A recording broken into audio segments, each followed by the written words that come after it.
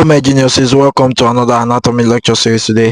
It's your great science tutor Lorenzo, and today we're talking about the rectum, under pelvic organ. So we'll talk about the rectum here. So if you are new to my channel, make sure to subscribe and turn on your post notification button so that anytime I drop any video, you'll be sure to be notified. If you want me to make a video for you, drop it down in the comment section. I promise I'll make the video for you. So let us jump right into the video. So please stay to the end of this video, please. Yeah, stay to the end of this video because I'll be giving you useful mnemonics that will help you to get everything I'm talking about today, because we'll be doing organ by organ. So after the rectum, I'll do the anal canal. So stay with me. So let us move to the introduction of the rectum. So what is the rectum? So the rectum is the distal part of the large intestine. Remember the large intestine. So the large intestine starts from where? It starts from the appendix, the cecum, the ascending colon, the transverse colon, the descending colon, the sigmoid colon, and the what? Before you have the rectum. So it is the distal part of the what? Large intestine, which is a continuation of the sigmoid what? Colon. Are you getting that? So it's a continuation of the sigmoid colon and it terminates at the what? Anal canal. So it continues as the sigmoid colon. Are you getting that? So sigmoid colon is the last colon. After the sigmoid colon is the rectum. So after the rectum is the anal canal. But one useful thing you have to know about the rectum is that it differs from the rest of the large intestine. Why? Because the rest of the large intestine have what we call the tenia coli. Are you getting that? They have what we call the tenia coli, the circulation or hostration, the tenia coli, the circulation or hostration. Because I'll be showing you what a tenia coli is. You'll be seeing the image on your screen now. A tenia coli, a circulation or hostration, and you have the what you call epipendis epiploica. So these are the three things that a normal large intestine have. That's how you have to distinguish a large intestine from other organ. But for the rectum doesn't have, even though it's a distal part of the large intestine, but it doesn't have it. Okay, now so there's absence of tenia coli, circulation or hostration, and epipendis epiploica. The next one is the location of the rectum. So where is it located? Are you getting now? So just for your exam, always remember that the rectum is anterior to the what? Lower three what? Sacral vertebrae. The lower three sacral vertebrae. So what is the lower three sacral vertebrae, which is S3, S4, S5? The rectum is in the front of the lower three vertebrae, but it starts from the what? S3. Are you getting now? So S3 and end in what? S5, which means the sigmoid colon end at the S3, while the rectum starts from X3 and end in what? S5. Are you getting that? So like I said, since it's a continuation of the sigmoid colon at a what we call the recto-sigmoid junction. So the recto-sigmoid junction is at S3. S3 is where the recto-sigmoid junction between the sigmoid colon and the rectum. Are you getting now? So it now continues with the anal canal. So it continues with the anal canal at what we call the anorectal what junction, which is at S5. So at S5 it continues with the what? Anal canal. Why at S3 it's a continuation of the what? Sigmoid colon. So you have the recto-sigmoid junction, you have the rectum itself from S3 to S5. Are you getting now? And continuation from the coccyx is the what? Anal canal, which is the anorectal what? Junction. So hope you understand it. So we know that the rectum is a distal part of the large intestine, which is a continuation of the what? Sigmoid colon. It's a continuation of the sigmoid colon and it continues with the anal canal. Are you getting that? So a continuation of the sigmoid colon at the recto-sigmoid junction at S3, then it moves to S3, S4, S5 and terminates as the anorectal junction. Are you getting that? So now what is the measurement? It's about 5 inches in length and 3 centimeters in diameter. So the rectum itself from S3 to S4 is about 5 inches. So 1 inch is about 2.5 centimeter, which means the rectum will be about 12.5 centimeter. Are you getting that? 12.5 centimeter, about 5 inches, and the diameter is 3 centimeter. Are you getting now? So we have the extent and the cost. Are you getting the extent and the cost? So we have done it already. So we said that it's a continuation of the sigmoid colon at the recto-sigmoid junction, opposite S2, S3. So that is where it starts from. Opposite S2, S3, that's where it starts from, and it descends downward and backward. So it goes downward and it goes backward.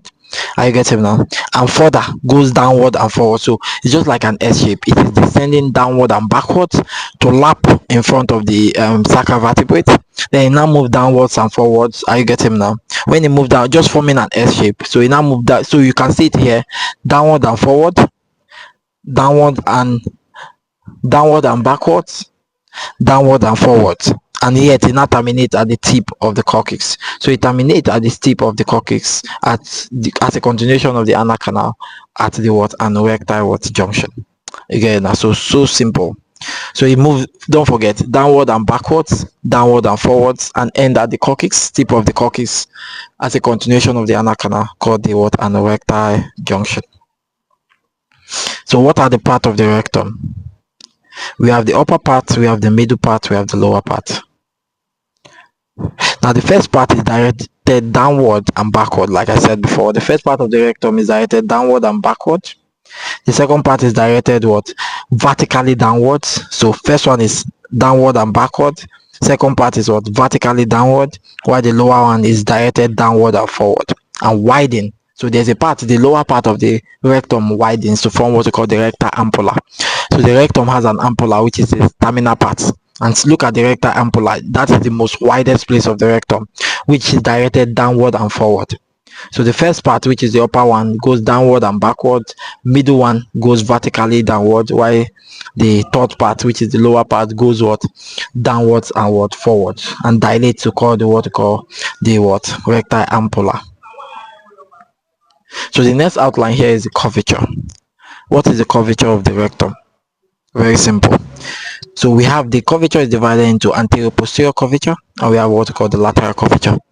So hope you are appreciating it by the pictures I'm showing you. So we have the anterior to posterior curvature from the front to the back, and we have the lateral curvature at the sides. Okay, now, so the first one is under anterior to posterior curvature, we have the sacral curvature and we have the perineal curvature. In the anterior to posterior curvature, we have the sacral curvature and we have the perineal curvature. Now the sacral curvature is telling you that it is in the sacrum, it's in front of the sacrum. Are you getting now? And the coccyx, in front of the sacrum and the coccyx. Why the perineal curvature? It means that it passes through the perineum. Are you getting now? Or pierces the perineal membrane. So now let's look at the first one, which is the sacral curvature.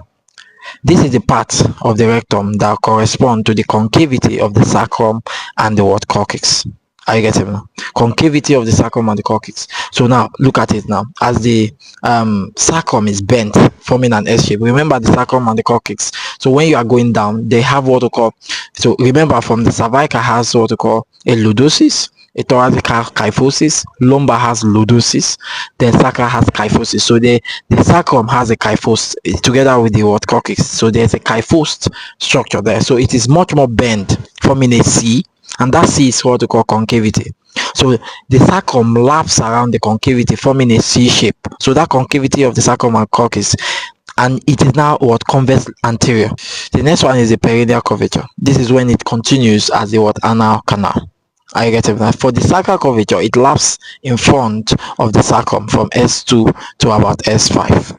Are you getting that? It laps around the rectum from S3 rather to S5. Are you getting that? But now in the perineal curvature, this is when it continues as the anal canal at the anorectal junction, and it is convex anteriorly. The next one is the lateral curvature, because we talk about the anterior to posterior curvature. In the lateral curvature, we have the upper curvature, we have the middle curvature, we have the lower curvature. Upper curvature, middle curvature, lower curvature. In the upper curvature, it is opposite to S3 to S4. In the upper curvature, the rectum is opposite to S3 and S4, and it is convex to the right. In the middle now, what happens? It is opposite S4, S5. Are you getting that? Opposite S4, S5, convex to the left. And now, since it reaches about S5, so it will be close to the sacrococcygeal joint. Sacrococcygeal joint is the joint between the sacrum and the coccyx. So because the upper one is S3 to S4, while the lower one is about S4 to S5, and the S5 is where the sacrum continues with the anal canal at the coccyx. So the sacrum S5 is pairing or is articulating with what we call the coccyx, forming a what sacrococcygeal joint. Okay, now so it is convex to the left. The upper one is convex to the right. This one is convex to the what left. So the lower one now, the lower curvature is at the what anorectal junction and is convex to the what right. So the upper and the lower are convex to the right, while the middle is convex to the left. The upper is opposite S3, S4. The middle is opposite S4, S5, while the lower is at the anorectal junction and it is convex to the right. But in the anterior posterior curvature, you have the sacral curvature and the perineal curvature. The sacral curvature is the convex nature. The sacral curvature is the concave nature of the rectum when it sits in front of the sacrum, which is S3 to S5. While the perineal curvature is when it passes through the anorectal junction, when it continues at the anal canal at that junction between the sacrum and the coccyx. Are you getting now? Now it's convexly anterior. You get it now? So it forms a convex structure when it is in the perineal curvature, but when it's in the sacral curvature, it's forming a concave structure. So we have understood what I've said here. So we have talked about now the curvature of the rectum.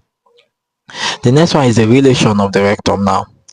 Again, now so we have two types of relation. We have the peritoneal relation and we have the visceral relation.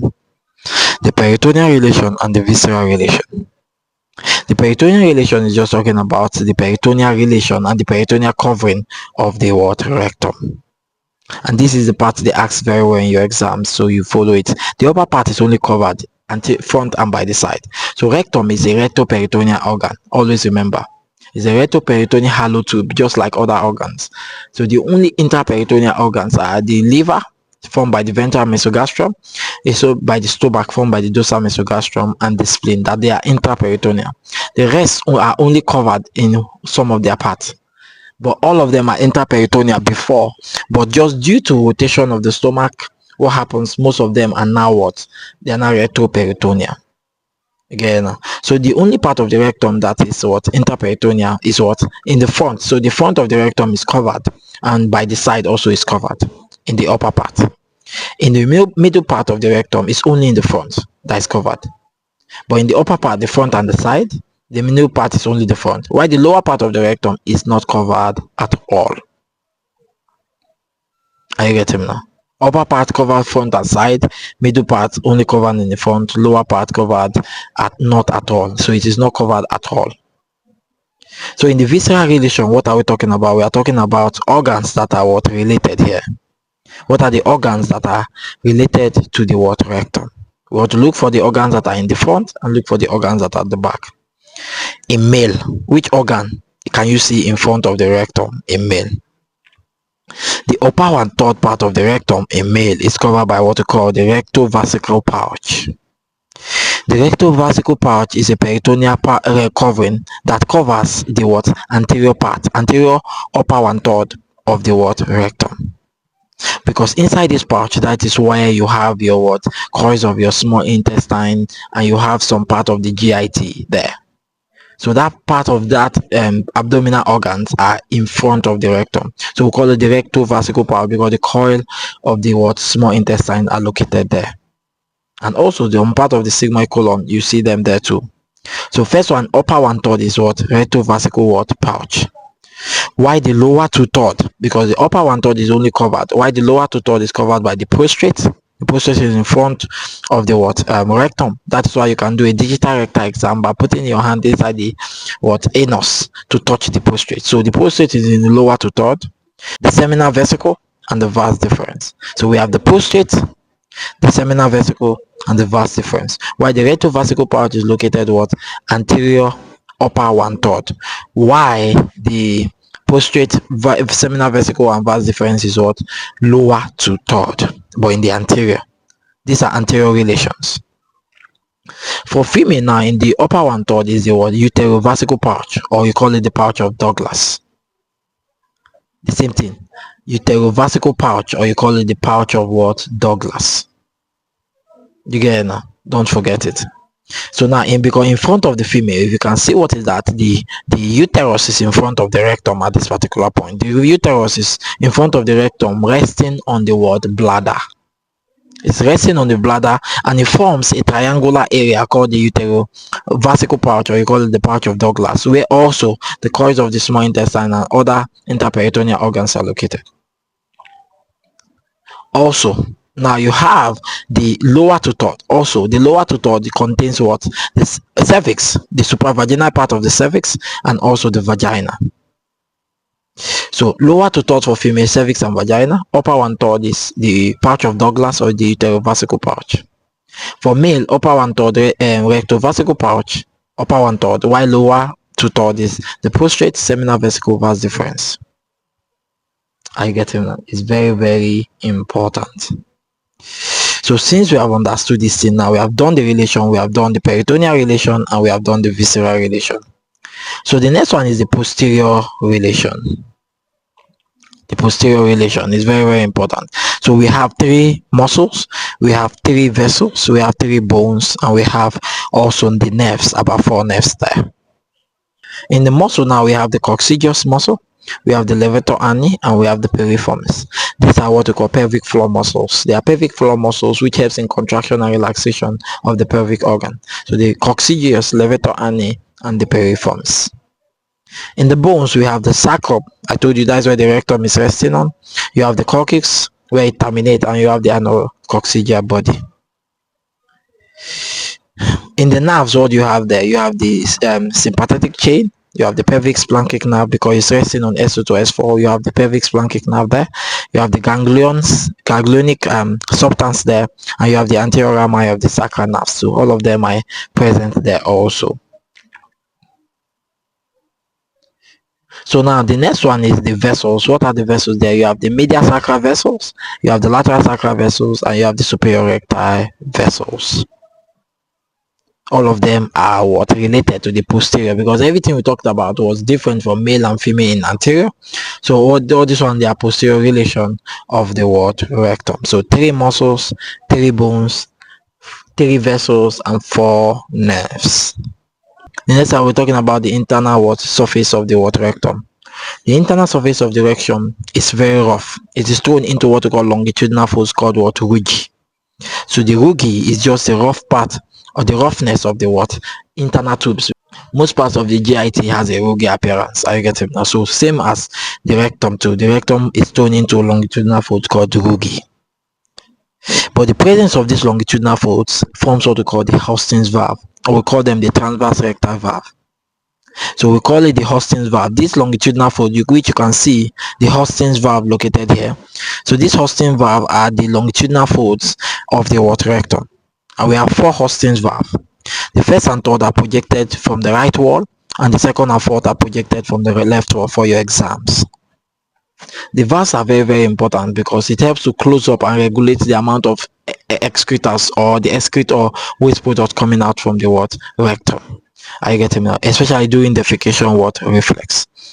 Are you getting me now? So remember, the internal part of the rectum is thrown into longitudinal folds, and that longitudinal folds are called the Hostings valve, or you call it the transverse rectal valves. But it's rough inside. The roughness is very, very important because it helps to regulate during defecation reflex. But the most prominent valve here is the third Hostings valve. The third one is the most prominent. So do you get it now? So the next one here is the blood supply, nerve supply, lymphatic drainage. The blood supply to the rectum is what? Superior rectal artery, middle rectal artery, inferior rectal arteries. The superior rectal artery is a continuation of the inferior mesenteric artery, which supplies the upper 1/3 of the rectum. So the inferior mesenteric artery continues as the superior rectal artery, supplying the upper 1/3. Now the next one is the middle rectal artery from the internal iliac artery, supplying the middle 1/3, while the inferior rectal artery is from the internal pudendal artery, supplying the lower 1/3. So superior rectal artery, middle rectal artery, inferior rectal artery. The vein too are the same thing. You have the superior rectal vein, you have the middle rectal vein, you have the inferior rectal vein. The superior rectal vein, now where does it drain to? It drains into the inferior mesenteric vein, and also which drains into the splenic vein and ends up in the portal vein. So the superior mesenteric vein is a portal vein. Are you getting that? It's 100% a portal vein. But the middle rectal vein now, it's systemic vein because it's draining into the internal iliac vein. While the inferior rectal vein also a systemic vein because it's draining into the internal pudendal vein, which drains into the internal iliac vein, which drains directly to the IVC. So internal iliac vein drains directly to the IVC, while the splenic vein drains into the portal vein. So the portal vein drains into the hepatic vein before the IVC. So there's what we call portal circulation and there's what we call systemic circulation. But we have the systemic, therefore we have the superior rectal arteries and vein, middle rectal arteries and vein, inferior rectal arteries and vein. The next one is the nerve supply. The rectum is controlled autonomically by sympathetic and parasympathetic. The sympathetic arises from lumbar splanchnic nerve L1 to L2 and also the hypogastric plexus. You get it now? So it's just no sympathetic fibers from the lumbar splanchnic nerve L1 to L2 and the hypogastric plexus. It runs along the superior and middle rectal artery to the rectum. Are you getting me now? That's where it runs to. The parasympathetic arises from the pelvic splanchnic nerve S2 to S4. So sympathetic from L1 to L2, parasympathetic from the pelvic splanchnic nerve, which is S2 to S4. What does sympathetic do? It inhibits motility and secretion. So sympathetic inhibits movement. Are you getting me now? It inhibits movement, but it only causes contraction of the internal anal sphincter. So majorly sympathetic to the rectum causes inhibition of movement because of it stimulates the internal anal sphincter to contract. Therefore, when the internal anal sphincter is contracting, there's no movement in the GIT. So it is responsible for feeling. I get him now. It's responsible for feeling in the upper part of the rectum and also the sigmoid colon. So when the waste product is coming from the large intestine, it's storing in the sigmoid colon and the rectum, what happens? During that time, the internal anal sphincter is closed sympathetically. Why? Because it is inhibiting motility, it's inhibiting movement of the waste product out of the body, but it helps in expanding, stretching, called feeling. While parasympathetic stimulate motility and secretion by causing defecation. I get him now. So because when the rectum has been filled up and the sigmoid colon has been filled up, it will trigger defecation reflex, therefore opening up the internal anal sphincter by inhibiting the sympathetic part and therefore causing defecation. I get him now. Lymphatic drainage. Remember, every lymph node is the same with their artery, the course of the arteries. So anywhere you see the lymph nodes, remember the arteries that are involved. Remember, for the upper 1/3, it drains into the inferior mesenteric lymph node. Middle 1/3 is the internal iliac lymph nodes, because of that is where the middle rectal artery is coming from. So it drains into the internal iliac lymph nodes. While the lower 1/3 is also from the internal pudendal lymph node, because that is where the arterial branch is coming from. So all these lymph nodes now, they drain into the common iliac lymph nodes, drains into the cistern actually, drains into the thoracic duct, and it continues their journey from there. So now for clinical notes, now one thing you have to understand under the clinical note, you can do what we call a rectal exams. Are you getting now? A digital rectal exam.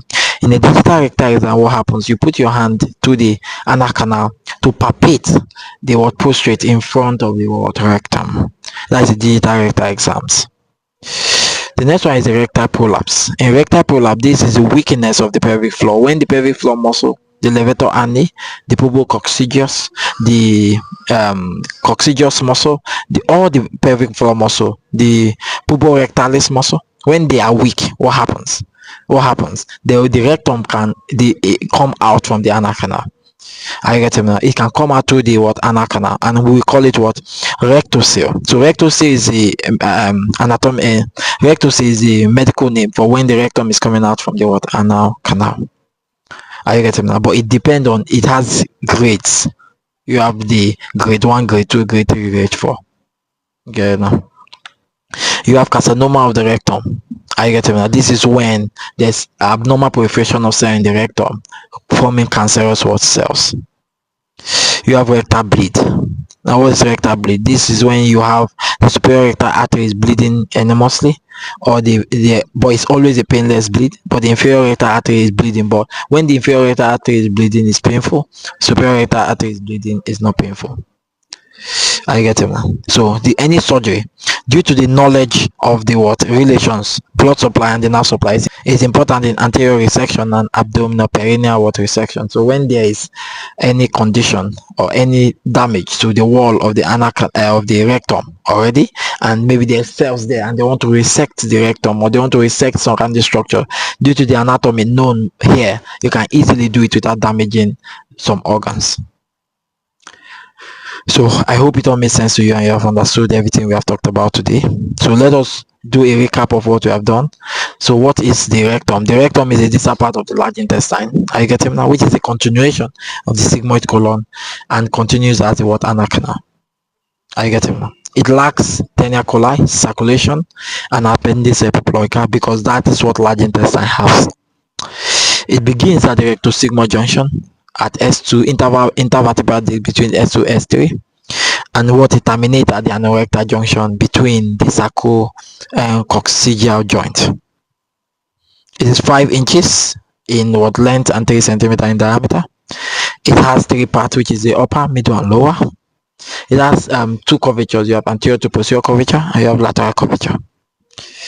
I've talked about the peritoneal and the visceral relation, and I've talked about the blood supply, nerve supply, lymphatic drainage. I hope it all made sense and you understand everything I've talked about since morning about the rectum. So hope you like it, hope it was helpful to you. So keep watching my video, keep liking, keep sharing to your friends. It's very, very important, because I'll make sure that I break it down to the best of my knowledge and to the best of you understanding me. So it's very, very easy when you follow it step by step and you understand it fully. So keep sharing my video to everybody, like and subscribe. So the next topic will be what? Anal canal. I'll see you there. Bye bye.